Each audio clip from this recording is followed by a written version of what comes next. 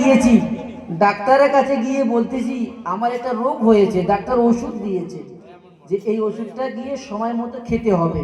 তো না খেয়ে যদি এনে বালিশের তলায় রেখে দেয়, কি ভাই আমাদের রোগ ঠিক হবে, আমাদের ওষুধ ঠিক হবে? ভাই ওষুধটাকে আমার খেতে হবে, যে একটা সময় দিয়েছে নির্ধারিত সময়, সময় মতো ওষুধকে আমার খেতে হবে।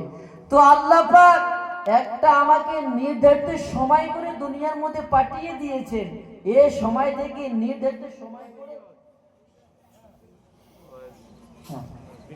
নির্ধারিত আল্লাহ তাবারক ওয়া তাআলা আমাকে একটা সময় দিয়েছে, এই সময়ের মতো করে দুনিয়ার মধ্যে পাঠিয়ে দিয়েছে। আর একটা সময় দিয়েছে, কোন সময় নেবে কেউ জানবো না।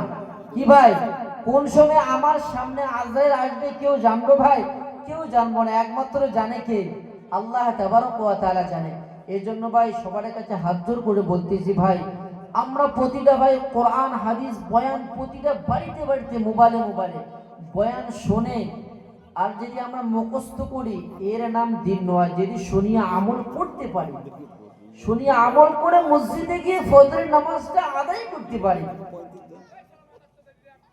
আল্লাহ তাবারক ওয়া তাআলা, আল্লাহ তাবারক ওয়া তাআলা আমাকে কতটা ভালোবাসে ভাই জানো? একটা মা যদি তার ছেলে হারিয়ে যায়, মা এতটা কষ্ট পায়, এতটা কষ্ট, 2-3 বছর না আসে, মা কিরকম চলাফেরা কতটা কষ্ট সহি চলে। আবার যখন ছেলে বাড়িতে আসে মা এতটা আনন্দিত হয়ে যায়। আমার আল্লাহ তাবারক ওয়া তাআলা জানিয়ে দিয়েছে, আমার বান্দা যদি ইস্তিগফার করে, আমার বান্দা যদি আমার সিজদার দিকে পড়ে যায় না, আমি আমার বান্দার সমস্ত রকমের গুনাহগুলোকে মাফ করে দেব। জোরে বলা যাবে না? আল্লাহ আমাকে আপনাকে এতটা ভালোবাসে ভাই, কল্পনা করে শেষ করে পারবো না। আল্লাহ এতটা আমাকে আপনাকে ভালোবাসে। তো যাই হোক ভাই, মেহমান এসেছে, একটা গজল বলে শেষ করে দিব। হারিয়ে যাব একই দিন আমি, রবনায় ভবন চিরদিন।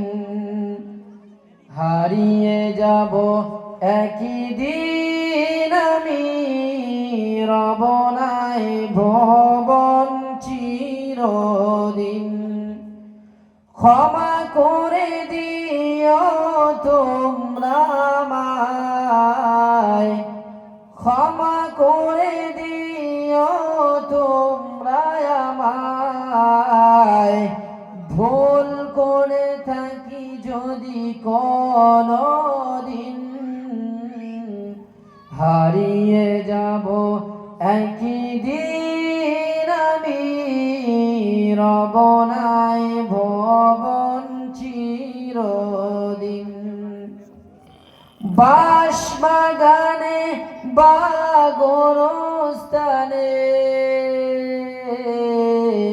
হয়তো দিবে মোর কবর, তোমরা আমায় যাবে ভুলে, রাখবে না জানি কোনো খবর।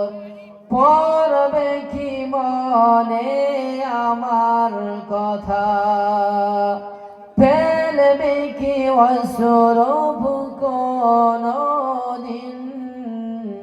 হারিয়ে যাব একই দিন আমি, রবনায় ভবন চিরদিন।